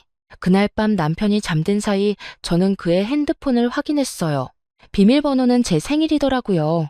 아이러니하게도. 그리고 경악할 내용들을 발견했어요. 온라인 도박 사이트 접속 기록부터 바카라, 포커, 스포츠 토토까지. 지인들에게 돈을 빌린 내역들까지. 마누라가 펜션 운영해서 돈 많이 번다. 한 달에 5천은 거뜬하다. 곧 갚을 수 있어. 펜션을 담보로 대출받을 방법. 배우자 몰래 부동산 명의 이전하기. 위조 서류 만드는 법. 이런 메시지들과 검색 기록까지 있었어요. 남편은 2년간 저를 속이고 도박을 했던 거예요. 빚만 3억이 넘더라고요. 그리고 펜션 수익을 자신의 도박빚 갚는 데 쓸 생각이었고요. 저는 너무 충격받아서 며칠간 남편 앞에서 정상적으로 행동하기 힘들었어요. 미소야, 왜 그래? 요즘 표정이 안 좋은데 혹시 아픈 거야? 생리통이야? 아, 아니에요. 그냥 펜션 일 때문에 좀 피곤해서요. 그럼 잠깐 쉬어. 내가 손님들 응대할게. 그리고 펜션 서류 좀 정리해둬. 은행 대출 상담 받으려고. 겉으로는 여전히 자상한 남편이었지만 이제 모든 게 가짜로 느껴졌어요. 그런데 진짜 충격은 따로 있었어요. 어느 날 펜션에 젊은 여자가 아이와 함께 찾아온 거예요. 그런데 그 아이가 남편과 똑같이 생겼는 거 있죠. 복사 붙여넣기 수준으로 안녕하세요, 동훈 오빠 있나요? 저는 당황했어요. 죄송한데 누구시죠? 그런데 그 여자도 더 당황하더라고요. 네? 오빠 여자친구인데요. 10년째 사실혼으로 살고 있고 이 아이가 저희 아들 동훈이에요. 오빠가 제주도에 펜션 하나 사준다고 해서 왔는데 여기가 우리 펜션 맞죠? 저는 머리가 하얘졌어요. 남편에게는 이미 10년째 사실혼 관계인 여자가 있었고 8살짜리 아이까지 있었던 거예요. 잠깐만요. 그러면 제가 법적 아내인데 두 사람은? 상간녀도 남편이 다른 여자와 법적으로 결혼했다는 사실을 전혀 몰랐어요. 네? 오빠가 다른 분이랑 결혼하셨다고요? 그럼 저는 뭐가 돼요? 10년을 속은 거예요? 저도 지금 완전히 당황스러워요. 일단 앉아서 얘기해봐요. 아이 앞에서 이러면 안 되니까. 상간녀는 남편이 제주도 사업 때문에 자주 못 본다는 말만 듣고 전혀 의심하지 않았다더라고요. 오빠가 제주도 출장이 많다고 해서 가끔 못 보는 건 당연하다고 생각했어요. 아이도 있고 해서 결혼은 미뤄뒀지만 언젠간 정식으로 결혼할 줄 알았는데 심지어 청첩장 샘플까지 봤었는데 저도 서울에 일이 바빠서 자주 못 본다고만 알고 있었어요. 상상도 못했죠. 저희 둘 다 남편에게 완전히 속고 있었던 거예요. 그런데 더 충격적인 사실이 있었어요. 시모가 상간녀의 존재를 알고 있었다는 거였어요. 시어머니가 저희 아들 돌잔치 때도 오셨어요. 우리 금손자라며 금반지도 주셨고요. 오빠가 아직 결혼은 못하지만 며느리라고 생각한다고 하셨거든요. 저는 어안이 벙벙했어요. 시모는 상간녀를 진짜 며느리로 여기면서 저는 그냥 이용할 대상으로만 본 거였어요. 그럼 저는 대체 뭔가요? 사기 결혼이었단 말이에요? 상간녀와 더 얘기를 나누니 시모와 남편의 계획이 보이더라고요. 저와 결혼해서 펜션을 손에 넣은 다음 펜션을 담보로 큰 돈을 빌려서 남편의 도박빚을 갚고 서울에 큰 사업을 시작할 생각이었던 거예요. 무슨 사업인지는 모르겠지만요. 그리고 저와는 적당히 이혼하고 상간녀와 정식 결혼을 하려고 했던 거죠. 펜션은 시모 명의로 넘겨서 가족 사업으로 운영하고요. 그래서 시어머니가 제 펜션을 망치려고 했던 거구나. 퍼즐이 맞춰지네요. 시모가 펜션을 망치려 한 이유도 이제 명확해졌어요. 제가 제주도에서 독립적으로 살면서 펜션을 성공시키는 게 계획에 방해가 됐기 때문이었어요. 원래는 제가 서울로 올라와서 시모의 통제하에 살게 만드는 게 목표였던 거죠. 그래야 펜션을 쉽게 빼앗을 수 있었으니까요. 하지만 제가 제주도에서 독립적으로 잘 사니까 시모는 강제로 펜션을 망쳐서 저를 서울로 올라오게 만들려고 했던 거예요. 정말 치밀하게 계획했네요. 영화 시나리오도 이렇게 못 쓸 것 같은데? 저는 완전히 절망했어요. 2년간의 결혼 생활이 모두 거짓이었다니. 제가 사랑했던 남편은 처음부터 저를 이용할 생각뿐이었고, 시모는 뒤에서 방해 공작까지 했던 거예요. 며칠간 아무것도 할 수 없었어요. 펜션 운영도 제대로 안 됐고, 밥도 제대로 못 먹었어요. 5kg이나 빠졌죠. 하지만 할머니가 돌아가시기 전에 해주신 말씀이 떠올랐어요. 미소야, 세상에는 나쁜 사람들이 많다. 하지만 그 사람들이 너를 무너뜨리게 두면 안 된다. 네가 더 똑똑하고 더 강해져야 해. 바다는 폭풍이 와도 결국 잔잔해지잖니? 저는 눈물을 닦고 일어섰어요. 이제 복수할 시간이었거든요. 미소의 반격이 시작됐죠. 하지만 감정적으로 복수하지 않았어요. 대신 차근차근 계획을 세웠어요. 마치 요리할 때처럼 재료 준비부터 완성까지. 첫째, 상간녀와 협력하기로 했어요. 저희 둘 다 남편에게 속은 피해자였으니까요. 언니, 우리 같이 그놈 혼내줘요. 좋아요. 10년 인생 날린 거 보상받아야죠. 둘째, 펜션 손님들 중에 변호사, 회계사, 경찰관 등이 있었는데 이분들과 친해져서 법적 조언을 구했어요. 펜션 할인도 드렸죠. 셋째, 남편과 시모의 모든 행동을 증거로 남기기 시작했어요. 녹음기 10개, 카메라 20개 총 동원. 저는 6개월에 걸쳐 완벽한 함정을 준비했어요. 우선 남편에게 먹이를 던졌어요. 여보, 요즘 펜션 일이 너무 힘들어요. 서울로 올라가서 당신과 함께 살고 싶어요. 펜션도 팔까 생각 중이에요. 남편은 속으로 쾌재를 불렀을 거예요. 드디어 계획이 성공하는 것 같았으니까요. 그래. 하지만 펜션이 너한테 소중한 곳인데 정말 괜찮겠어? 가식적인 걱정하는 척. 괜찮아요. 당신과 함께 있는 게 더 중요해요. 그런데 펜션 팔기 전에 큰 리모델링을 해서 가격을 높이면 어떨까요? 좋은 생각이야. 얼마나 들 것 같은데. 한 5억 정도요? 고급 리조트로 바꾸려고요. 남편의 눈이 번쩍 뜨더라고요. 침을 꼴깍 삼키는 소리까지 들렸어요. 돈 냄새를 맡은 하이에나 같았죠. 그럼 나도 도와줄게.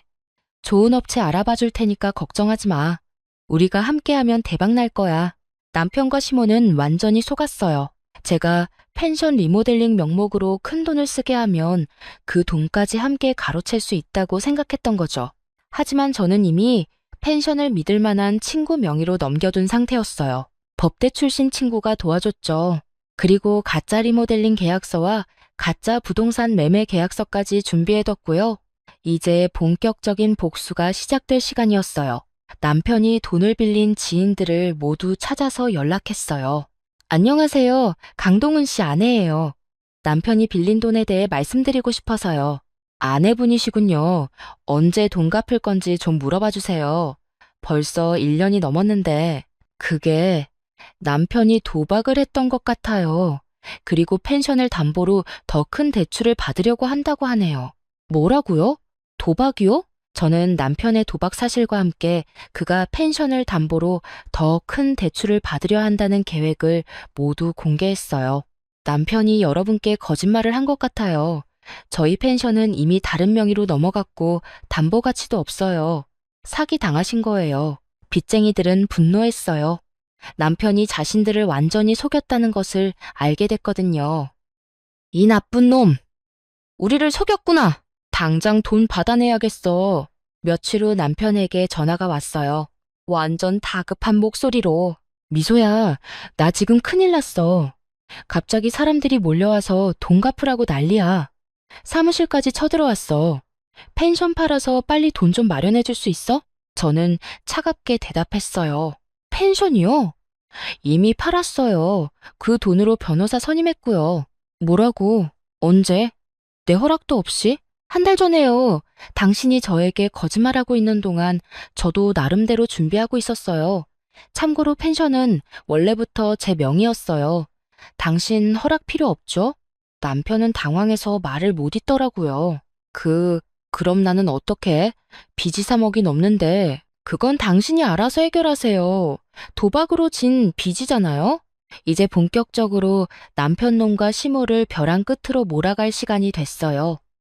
저는 상간녀와 함께 남편놈을 법적으로 추궁했어요. 언니, 이제 정식으로 고발해봐요. 한국은 중혼이 불가능한데 제가 한 결혼이 명백한 사기혼이에요. 그래요. 저도 10년간 속았으니 재산분할 소송도 걸어야겠어요. 위자료도 받고 저희 두 사람이 함께 남편놈을 공격하니까 그놈은 완전히 무너지더라고요. 먼저 남편놈이 저를 찾아왔어요. 완전 초라한 모습으로 미소야, 제발 오해하지 마. 내가 다 설명해 줄게. 오해요? 뭘 오해해요? 10년째 사실혼 관계인 여자가 있으면서 저와 결혼한 게 오해인가요? 그건 정말 복잡한 상황이야. 그 여자와는 진짜 끝난 사이였는데 아이가 있어서 어쩔 수 없이. 그럼 왜 아이까지 있어요? 그 아이가 당신과 똑같이 생겼던데요? 복사 붙여넣기 수준으로. 남편놈은 할 말이 없어서 결국 진실을 털어놨어요. 미안해. 내가 정말 잘못했어. 처음에는 정말 너를 사랑해서 결혼한 거였는데 도박에 빠지면서 모든 게 꼬여버렸어. 사랑이요? 처음부터 펜션이 목적이었던 거 아니에요? 제가 바보로 보이나요? 아니야. 정말 처음엔 네가 좋아서 결혼한 거야. 하지만 빚이 많아지면서 어쩔 수 없이 저를 이용하려고 했다는 말이네요. 그리고 시어머니는 왜 제 펜션을 망치려고 했어요? 남편놈은 이제 완전히 들킨 걸 알았는지 고개를 떨구더라고요. 그것도 어머니한테 얘기했어. 펜션을 빨리 정리해야 빚을 갚을 수 있다고. 어머니가 도와주겠다고 하셔서. 그래서 시어머니가 밤마다 몰래 와서 생선 내장 놓고 가신 거군요. 프로페셔널하게. 미소야, 정말 미안해. 나 한 번만 용서해 줄 수 없을까? 새로 시작하자. 진짜로. 용서요? 2년간 저를 완전히 속이고 이용하려고 한 사람을 어떻게 용서해요? 당신 정신이 있어요? 시모도 급히 제주도로 내려왔어요. 헐레벌떡 왔는지 머리도 산발이더라고요. 며느리야, 우리가 좀 과했나? 하지만 그것도 다 우리 아들 걱정돼서 그런 거였어. 시어머니, 제 펜션에 몰래 들어와서 손님들한테 피해 주신 것도 아들 걱정돼서 하신 일이에요? 생선 내장이 아들 걱정의 표현이었나요? 그건 며느리가 서울로 올라와야 우리가 도움을 줄 수 있을 것 같아서 순수한 의도였어. 도움이요? 펜션을 빼앗으려던 거 아니에요? 순수하게 빼앗으려고? 시모는 제가 모든 걸 알고 있다는 걸 깨닫고 태도를 바꿨어요. 알았어. 우리가 좀 욕심을 부렸지. 하지만 이미 일어난 일인데 어떻게 할 거야? 우리 모두 가족인데 이렇게 싸우면 뭐해? 가족이요? 저를 이용하려고 했던 사람들이 가족이라고 하는 거예요? 가족이 생선 내장을 숨겨놔요? 그때 시모의 본성이 드러났어요. 야, 이 배은망덕한 년아. 네가 뭔데 우리를 이렇게 몰아세워? 우리가 너한테 해준 게 얼마나 많은데. 결혼식도 해주고 신혼여행도 보내주고 해주신 게 뭐가 있어요? 제 펜션 망치고 저를 속인 것 말고는 생선 내장 서비스도 있었네요. 이런 건방진 것을 봤나? 우리 아들이 너 같은 촌년 만난 게 재수 없었어. 시모는 완전히 돌변해서 막말을 퍼붓더라고요. 하지만 저는 이미 모든 걸 녹음하고 있었어요. 시어머니, 지금 하는 말 다 녹음되고 있어요. 나중에 법정에서 증거로 쓸 수 있겠네요. 판사님이 들으면 감동하시겠어요. 시모는 그제야 당황했어요. 뭐라고? 녹음? 언제부터? 네, 시어머니가 제 펜션을 망치던 것도 다 CCTV에 찍혀 있고요. HD 화질로요. 재물손괴죄, 업무방해죄로 충분히 고발할 수 있어요. 이제 시모와 남편놈 모두 완전히 궁지에 몰렸어요. 그런데 제가 준비한 건 이것뿐만이 아니었어요. 저는 보건소에도 신고했어요. 한정식집에서 위생 문제가 있는 것 같아요. 사장이 다른 곳에 가서 썩은 음식을 사용하는 걸 봤거든요. 생선 내장을 이상한 곳에 보관하더라고요. 시모가 펜션에서 썩은 음식을 사용